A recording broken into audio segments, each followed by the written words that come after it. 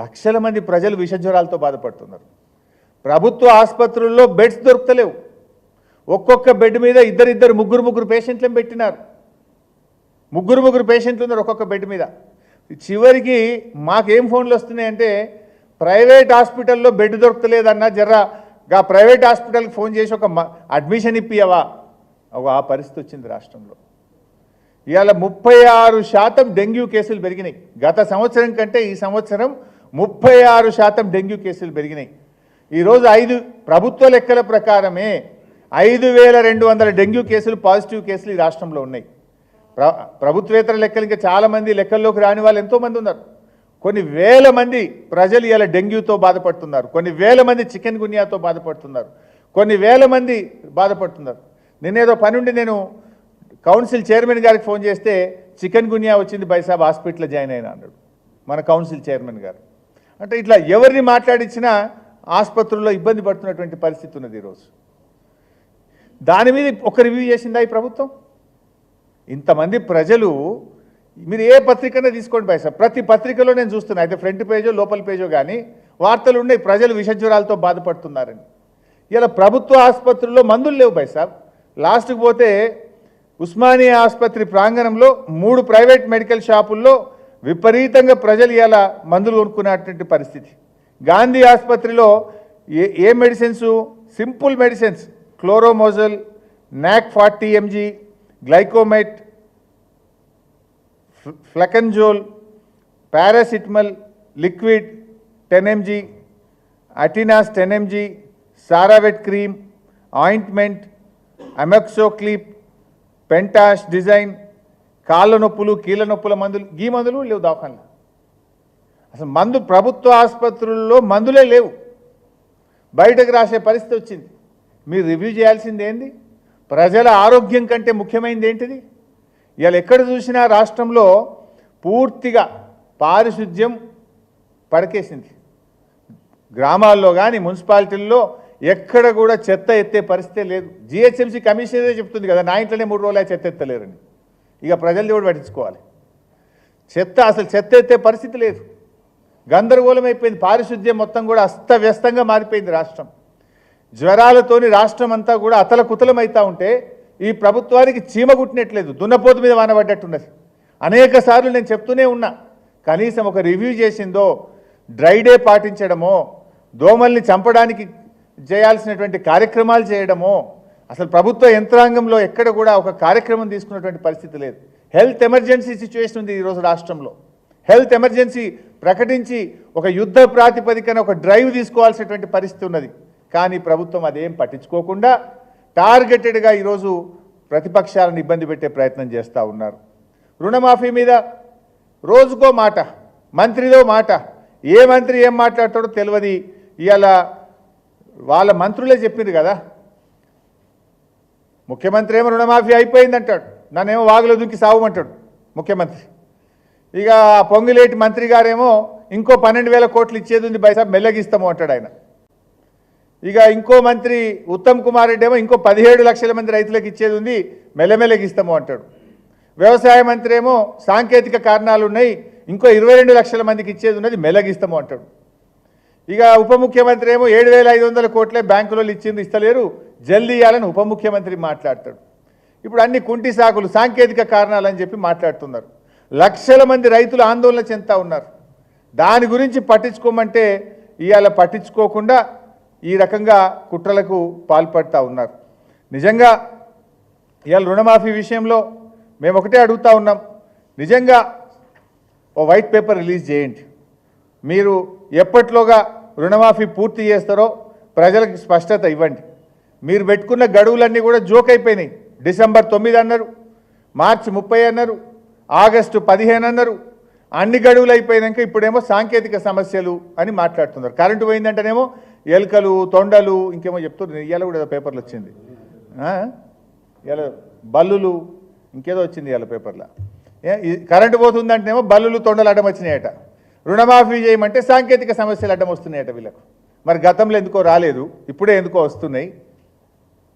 చేయచేతగాక, planning లేక, సాంకేతిక సమస్యలు అనే కుంటి సాకులు చూపించేటువంటి ప్రయత్నం చేస్తూ ఉన్నారు. ఇవాళ రుణమాఫీ అని చెప్పి రైతులందరూ రోడ్ల మీదకి వస్తుంటే కళ్ళబొల్లి కబర్లు చెప్తుంది. నిన్న ఆర్మూర్లో ఎంత పెద్ద ఎత్తున ఏ రాజకీయ పార్టీ చేయలేదు, రైతులే రైతు సంఘాలే స్వచ్ఛందంగా రోడ్డు మీదకి వచ్చి నిజామాబాద్ జిల్లా ఆర్మూర్లో పెద్ద ఎత్తున రుణమాఫీ జరగలేదని రోడ్ల మీదకి వచ్చిన పరిస్థితి. దానికి సమాధానం చెప్పండి, దాని మీద రివ్యూ చేయండి. రేవంత్ రెడ్డిది అంతా డబుల్ స్టాండర్డ్. అది అదానీ మీద అయినా అన్నదాతల మీద అయినా ఆయనది డబుల్ స్టాండర్డే.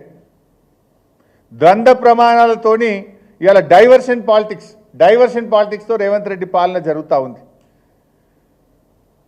నోటితో తిట్టడం తప్ప నోటితో ఇచ్చిన మాట మీద నిలబడడం రేవంత్ రెడ్డి గారికి చేత కావడం లేదు. ఇవాళ దేవుళ్ళనే మోసం చేసిండు, ప్రజల్ని మోసం చేయడం ఆయనకో లెక్కన. దరఖాస్తు ఇచ్చి దండం పెట్టిపోండి అన్నట్లున్నది ఇవాళ రైతుల పరిస్థితి. ఆడపోయి ఏఈఓలకు ఇవ్వండి. అరే మొదటి రుణమాఫీ అయిపోయి ఎన్ని రోజులైంది? ఇచ్చిన దరఖాస్తులకు ఒకటన్నా మీరు మీ ఏఈఓలు పోయి ఎంక్వైరీ చేస్తున్నారా? ఇప్పటి వరకు రేషన్ కార్డు మీద ఒక క్లారిటీ ఇచ్చిండ్రా?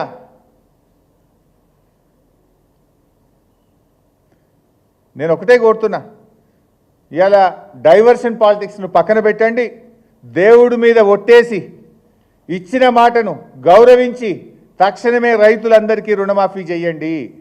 మీరు చెప్పింది 31,000 కోట్లు, చేసింది 17,000 కోట్లు, ఇంకా 14,000 కోట్ల రూపాయలు రైతులకు ఇవ్వాల్సి ఉంది. ఆ 14,000 కోట్లు ఇవ్వండి. ఆ 14,000 కోట్లు ఇచ్చి రైతుల్లో ఉన్న ఆందోళన తొలగించండి. దేవుళ్ళ క్షమాపణ చెప్పండి, రైతులకు న్యాయం చేయండి అని చెప్పి ప్రభుత్వాన్ని మేము డిమాండ్ చేస్తూ ఉన్నాం.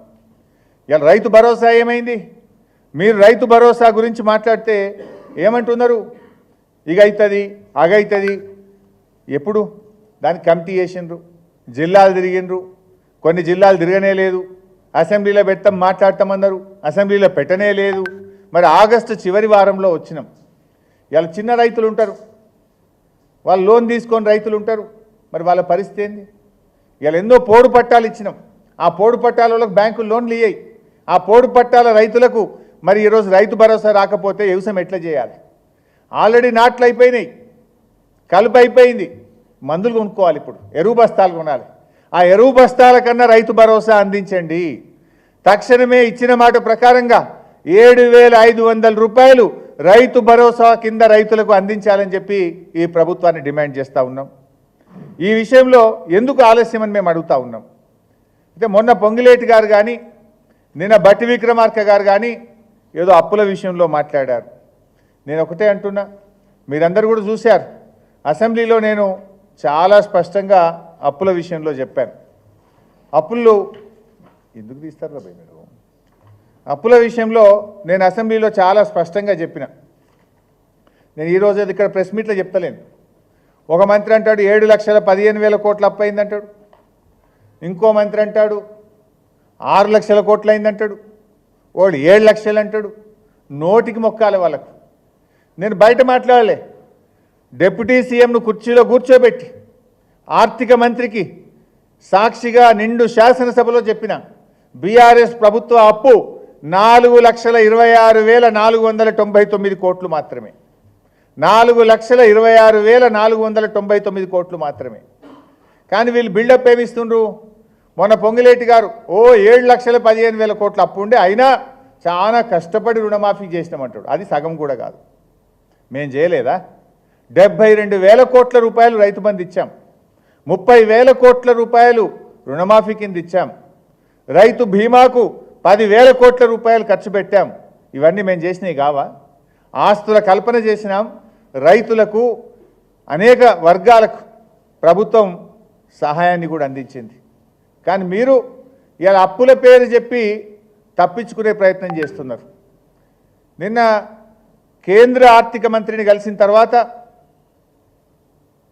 ఉప ముఖ్యమంత్రి ఆర్థిక మంత్రి నిన్న మాట్లాడుతూ బీఆర్ఎస్ ప్రభుత్వం అప్పులు బాగా చేసిందని చెప్పే ప్రయత్నం చేసిండ్రు. నేను ఆ వివరాలన్నీ కూడా చెప్పిన. కరోనా వల్ల కేంద్రమే కొన్ని సందర్భాల్లో అప్పు తీసుకోండి, క్యాపిటల్ ఎక్స్పెండిచర్ చేయమని చెప్పిన విషయాన్ని చెప్పిన. ఆర్థిక సంఘం ఇవ్వాల్సిన డబ్బులు గ్రాంట్గా రావాల్సింది ఇవ్వకుండా అప్పు తీసుకోమని కేంద్రం ఎట్లా చెప్పిందో చెప్పిన. అన్నీ కలిపితే కూడా 4,26,000 కోట్లు. కానీ దాన్ని మీరు తిమ్మిని బమ్మించేసి రాష్ట్ర ప్రభుత్వానికి సంబంధం లేనిది కూడా కలిపి దాన్ని 6,71,000 అని చెప్పి దాన్ని 7 అంటాడు, ఇంకోటి 7-10 అని అంటాడు, మొక్కాల మీ నోటికి. అయితే నిన్న ఉప ముఖ్యమంత్రి గారు అంటాడు ప్రభుత్వ జీతాల కంటే మిత్తిలకే ఎక్కువైతుంది అంటున్నాడు. నేను ఛాలెంజ్ చేస్తున్నా, మీరు కట్టే నెల నెల ఇచ్చే ప్రభుత్వ జీతాలు ఎంత, మిత్తి ఎంతనో బయటపెట్టు. మిత్తికి ఎక్కువైతుంది అని అబద్ధాలు ప్రచారం చేస్తున్నారు. ప్రభుత్వం నెలకిచ్చే జీతాలు ఎంత, కడుతున్న వడ్డీ ఎంత చెప్పు, నువ్వు వైట్ పేపర్ రిలీజ్ చేయి. కమాన్, ఐఎమ్ రెడీ ఫర్ డిస్కషన్. ఈ రకంగా మీరు ఆ రోజు అలవిగాని హామీలు ఇచ్చి మీకు చేతగాక ఇచ్చిన మాట నిలుపుకోలేక గత ప్రభుత్వం మీద బురద జల్తామంటే మేము ఊరుకోం. మొన్న నేను అసెంబ్లీలో క్వశ్చన్ వేసిన, ఇది నాకు డిస్కషన్కి రాలేదు, వ్రాతపూర్వకమైన సమాధానం వచ్చింది. మీరు కార్పొరేషన్లో అప్పులు ఎన్ని తీసుకున్నారు, ఏ కార్పొరేషన్ ఎంత అప్పు తీసుకున్నది? ఇదేమో రిజర్వ్ బ్యాంక్ ఆఫ్ ఇండియా రాష్ట్ర ప్రభుత్వం తీసుకున్న అప్పుల వివరాలు. ఇది వెబ్సైట్లో ఉంటుంది, మీరు కూడా చూడొచ్చు అందరు. It's open document, public document. 8 నెలల్లో రేవంత్ రెడ్డి గారు ప్రభుత్వం చేసిన అప్పు ఎంత పైసా? 65,000 కోట్లు. 8 నెలల కాంగ్రెస్ ప్రభుత్వం చేసిన అప్పు 65,000 కోట్లు. అంటే నెలకు రమారమి ఎంత? 8,125 కోట్లు. ఒక నెలకు 8,125 కోట్లు. అంటే నువ్వు 5 ఏళ్లలో చేసే అప్పు ఎంత అన్నట్టు ఈ లెక్కన? యావరేజ్గా 5 ఏళ్లలో 5 × 12 × 8,125 అంటే 4,87,500 కోట్లు అప్పు చేయబోతున్నావు నువ్వు 5 ఏళ్లలో. 4,87,500. 10 ఏళ్లలో మేము చేసింది 4,26,000. కానీ ఇప్పటి వరకు నువ్వు 8 నెలల్లో తీసుకున్న అప్పును తీసుకొని యావరేజ్ చేస్తే 5 ఏళ్లలో నువ్వు చేయబోతున్న అప్పు 4,87,000. నువ్వు అప్పుల గురించి మాట్లాడే హక్కు నీకుందా అని అడుగుతున్నా. ఇవాళ ఎఫ్ఆర్బిఎం కింద 42,118 కోట్లు అప్పు చేసిండ్రు. వివిధ కార్పొరేషన్ల నుంచి 22,840 కోట్లు అప్పు చేసిండ్రు. అంటే 65,000 కోట్ల రూపాయలు అప్పు చేసింది ఇవాళ కాంగ్రెస్ ప్రభుత్వం. చేసింది ఏందయ్యా అంటే 2 నెలల నుంచి ఆసరా పెన్షన్ రాలేదు, రైతు భరోసా డబ్బులు 3 నెలలైనా ఇంతవరకు రాలేదు, ఫీజు రియంబర్స్మెంట్కు 1 పైసా ఇచ్చింది లేదు. పాపం ఎస్సీ ఎస్టీ పిల్లలు ప్రైవేట్ స్కూళ్ళలో చదువుకునేటువంటి పథకం, దానికి ఈరోజు 1 రూపాయి ఇచ్చినటువంటి పరిస్థితి లేదు. సంక్షేమ హాస్టళ్లలో పనిచేస్తున్నటువంటి కార్మికులకు 8 నెలల నుంచి జీతాలు ఇచ్చిన పరిస్థితి లేదు. పరిపాలన అంతా అస్తవ్యస్తం చేసిండ్రు. గ్రామ పంచాయతీలకు, మున్సిపాలిటీలకు నయా పైసా కూడా మీరు ఇచ్చినటువంటి పరిస్థితి లేదు. గ్రామ పంచాయతీలు కూనరెళ్ళిపోతూ ఉన్నాయి. చివరికి పంచాయతీ సెక్రటరీలు మేము మాస్ లీవ్ పెడతాము, మాతో అయితలేదు అని చెప్పి పంచాయతీ సెక్రటరీలు మాస్ లీవ్ అప్లై చేస్తున్నారు. ఎందుకు? మీరు 1 రూపాయి ఇవ్వకపోతే బ్లీచింగ్ పౌడర్కో, దోమల మందుకో, గడ్డి మందుకో, బుగ్గలు పోతే బుగ్గలు వేయడానికో, ట్రాక్టర్ల డీజిలకో, సఫాయి కార్మికుల జీతాలకు తమ సొంత డబ్బుల నుంచి పెట్టి 1,00,000, 2 లక్షలు అప్పు అయిపోయి ఇక మేము పెట్టలేము, మా అప్పులు ఎక్కువైపోయినాయి, ఈ ఉద్యోగం మేము చెయ్యలేము అని మాస్ లీవ్లో ఉద్యోగులు పోయే పరిస్థితి వచ్చింది. దాని సంగతి మాట్లాడారు. 5 డిఏలు పెండింగ్లో ఉన్న ప్రభుత్వ ఉద్యోగులకు 1 డిఏ ఇయ్యలే. మీరేం చెప్పినారు ఆ రోజు? రాగానే మా ప్రభుత్వం రాగానే డిఏలు ఇస్తామన్నారు.